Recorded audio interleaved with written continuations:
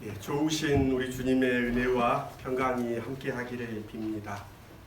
신앙은 돌아감이지요. 창세기의 인간이 하나님으로부터 나와서 범죄하고 타락한 이후에 에덴에서 추방됩니다. 그 추방되었던 곳으로 예수 그리스도를 말미암아 돌아감이 신앙의 장대한 이야기, 우리 삶의 이야기이지요. 추석 명절은 특별히 고향에 가는 기간입니다. 그래서 한 시인은 이렇게 이야기했죠. 고향에서는 넘어져도 풀과 흙이 떠받쳐준다라는 말처럼 고향은 우리의 돌아갈 품입니다. 그러나 급속한 경제 발전으로 우리는 돌아갈 고향을 잃어버린 사람처럼 또 마음의 품을 잃고 살아갑니다. 추석은 그런 우리에게 돌아갈 곳이 어디인가를 묻고 있습니다. 한가위 보름달은 넉넉하고 부드러운 빛으로 세상을 비추는데 그 부드러운 빛이 우리를 부릅니다. 달빛에 소원을 빌었던 옛 사람처럼 우리의 품이 되신 하나님께 기도하는 마음도 모아봅니다. 추석을 앞둔 지난 주간 사건 사고가 늘 끊이지 않았지요. 연평도 바다에서 북한군에 의해 피살된 공무원, 그리고 이례적으로 김정인 북한 지도자의 유감 표명과 사과는 변화된 남북 관계에서 이런 일이 더 이상 일어나지 않고 정전에서 종전으로 평화로 나아갈 수 있는 그런 계기가 되었으면 합니다. 또 라면을 끓이기 위해 불을 피운 형제는 열하고 이틀이 지났지요.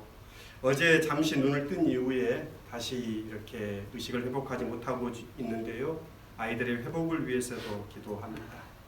아이들을 후원하겠다는 이들의 손길이 이어지고 있다는 소식을 들으면서 우리가 사는 세상에 여전히 따뜻한 온기를 지닌 사람들이 많구나라는 생각도 합니다.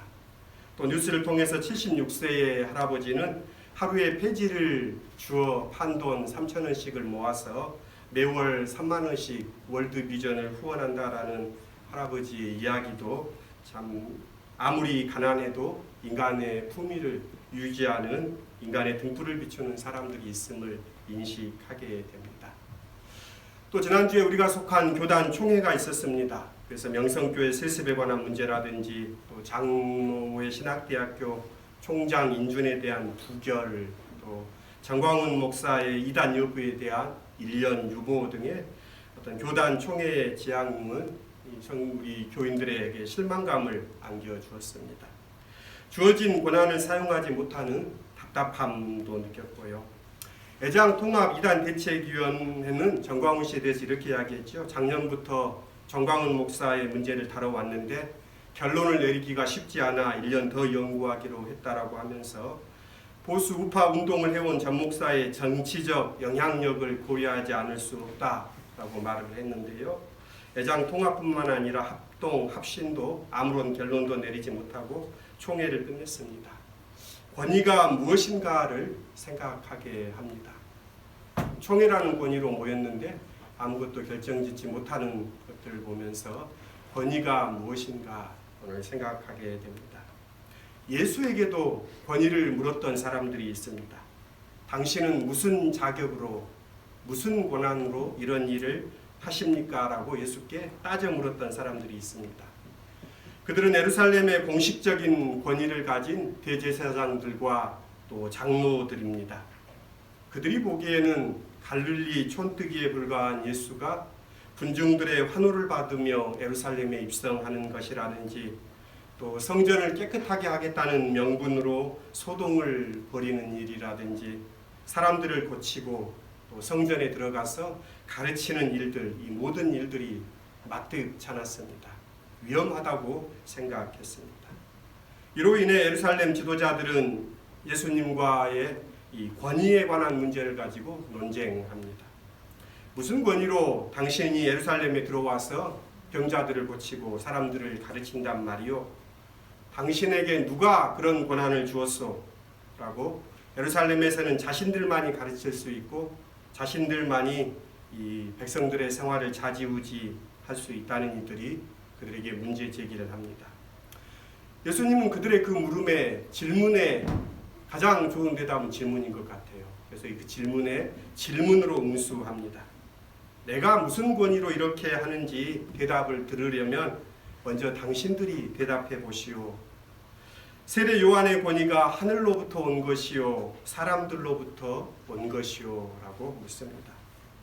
하늘로부터 온 것이라면 세례 요한이 진리의 사람이었고 그가 선포한 진리를 왜 당신들은 받지 않았소? 라는 물음이 될 것입니다.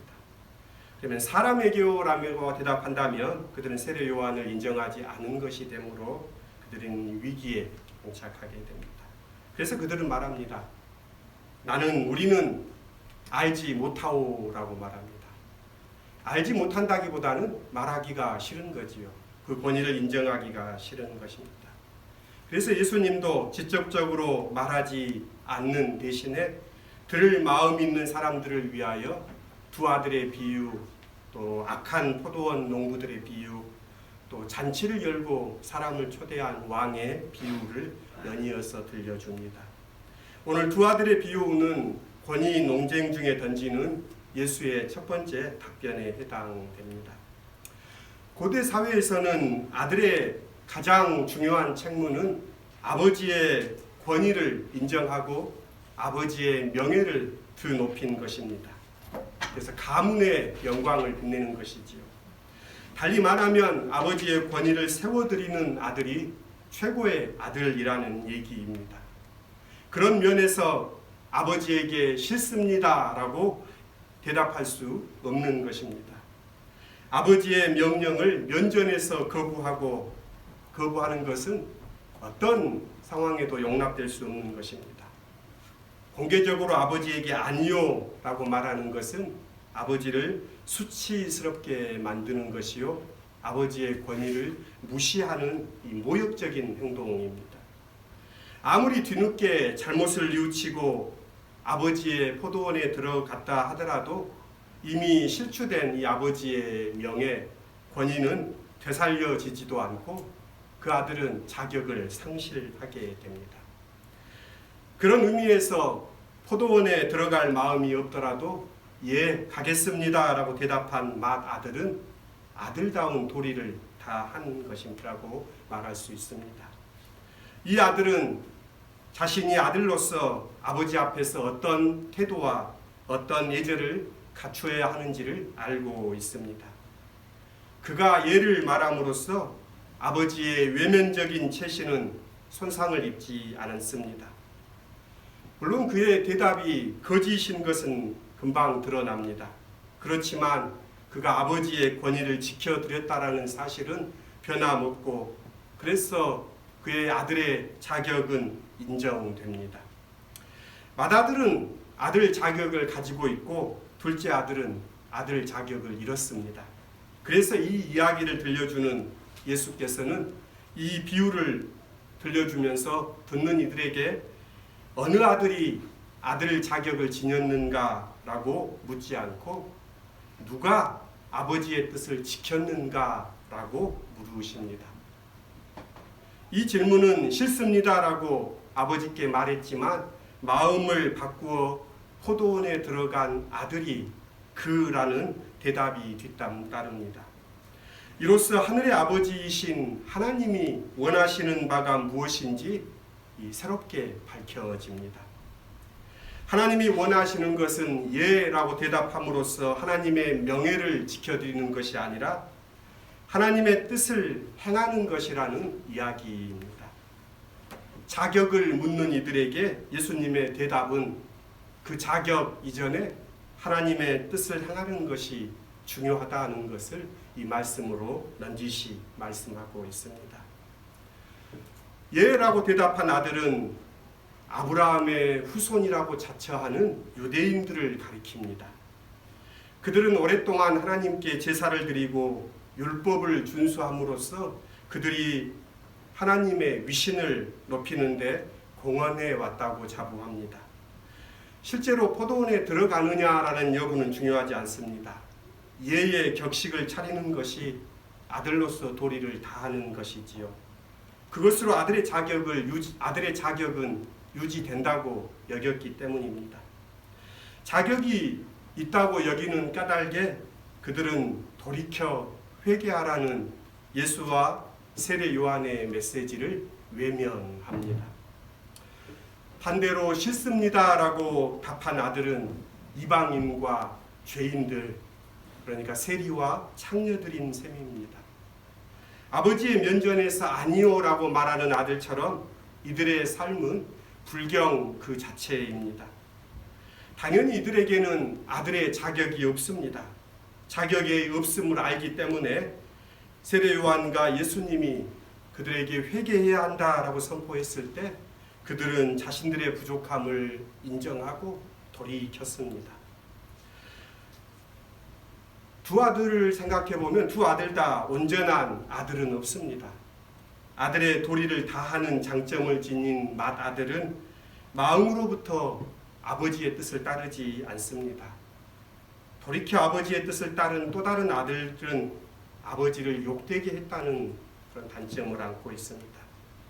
단점이 없는 아들은 존재하지 않습니다. 각각 결격 사유를 지닌 아들들이 있을 뿐입니다.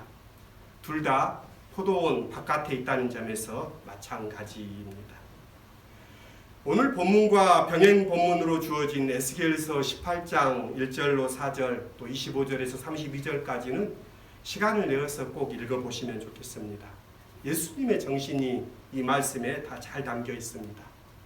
하나님은 마땅히 죽을 자가 죽는 것을 기뻐하지 않는다라고 선지자는 선언합니다. 모든 사람이 저 사람 죽었으면 시원하겠다는 악인조차도 하나님은 그가 죽는 것을 기뻐하지 않는다라고 선지자는 선언합니다. 그래서 누구든지 그 어떤 잘못을 했더라도 회개하고 돌이키면 살리라라고 선언합니다. 너희는 너희가 범한 모든 죄악을 버리고 마음과 영을 새롭게 할지어다. 이스라엘 족속아 너희가 어찌하여 죽고자 하느냐? 죽을 자가 죽는 것도 내가 기뻐하지 아니하노니 너희는 스스로 돌이키고 살지니라 이렇게 선언합니다. 그런데 이 말씀을 들은 이스라엘 족속들은 결코 좋아하지 않습니다. 오히려 그들은 놀라운 것은 이스라엘 백성의 반응입니다. 하나님이 불공평하다고 항변합니다. 하나님이 일하는 방법이 공평하지 않다는 것이지요. 악인이 죽어야지 왜 사느냐는 것입니다. 죄값을 치러야 한다는 것이지요. 그러나 하나님의 반응은 다릅니다. 내가 공평하다고 너희가 불공평하다고 하느냐라고 반문합니다. 지난 시간 포도원 품꾼 비유에서 일찍 온 품꾼들은 늦게 온 포도원 일꾼들에게 포도원 주인이 동일한 임금을 지불하는 것을 불공평하다고 악하다고 주인에게 원망했던 이야기가 이어집니다. 다시 오늘 본문으로 돌아와 봅시다. 중요한 것은 결격이 있는가 없는가 어떤 결점이 더 큰 문제인가가 아닙니다. 하나님의 나라에 먼저 들어가는 이들은 더 나은 자격을 가진 이들이 아니라 놀랍게도 자격이 없는 세리와 창녀들입니다. 그들은 자녀의 자격으로 치자면 구제될 길이 없을 정도로 결점투성이입니다. 그럼에도 불구하고 그들이 먼저 포도원에 들어간 이유는 그들이 마음을 바꾸었기 때문입니다. 뉘우쳤기 때문입니다.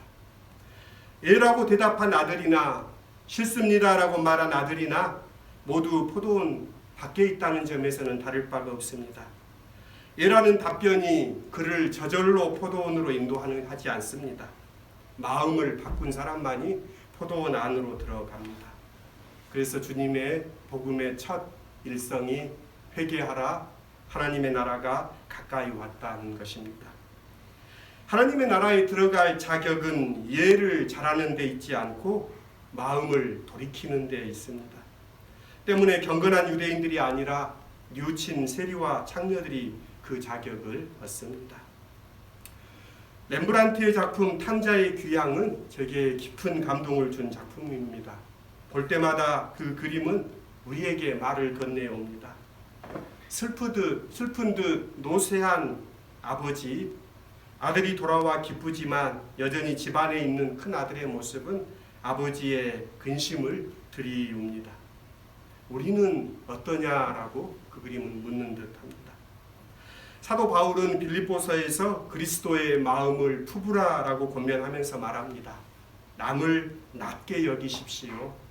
그리고 두렵고 떨림으로 순종함으로 구원을 이루십시오. 권면합니다. 설교를 준비하면서 찬송가 460장의 가사가 마음 깊이 다가왔습니다. 신앙생활은 맹목적인 복종이나 살아온 관성대로 사는 것이 아닙니다. 믿음을 따라 주님의 뜻을 이루어 가도록 부름받은 삶입니다.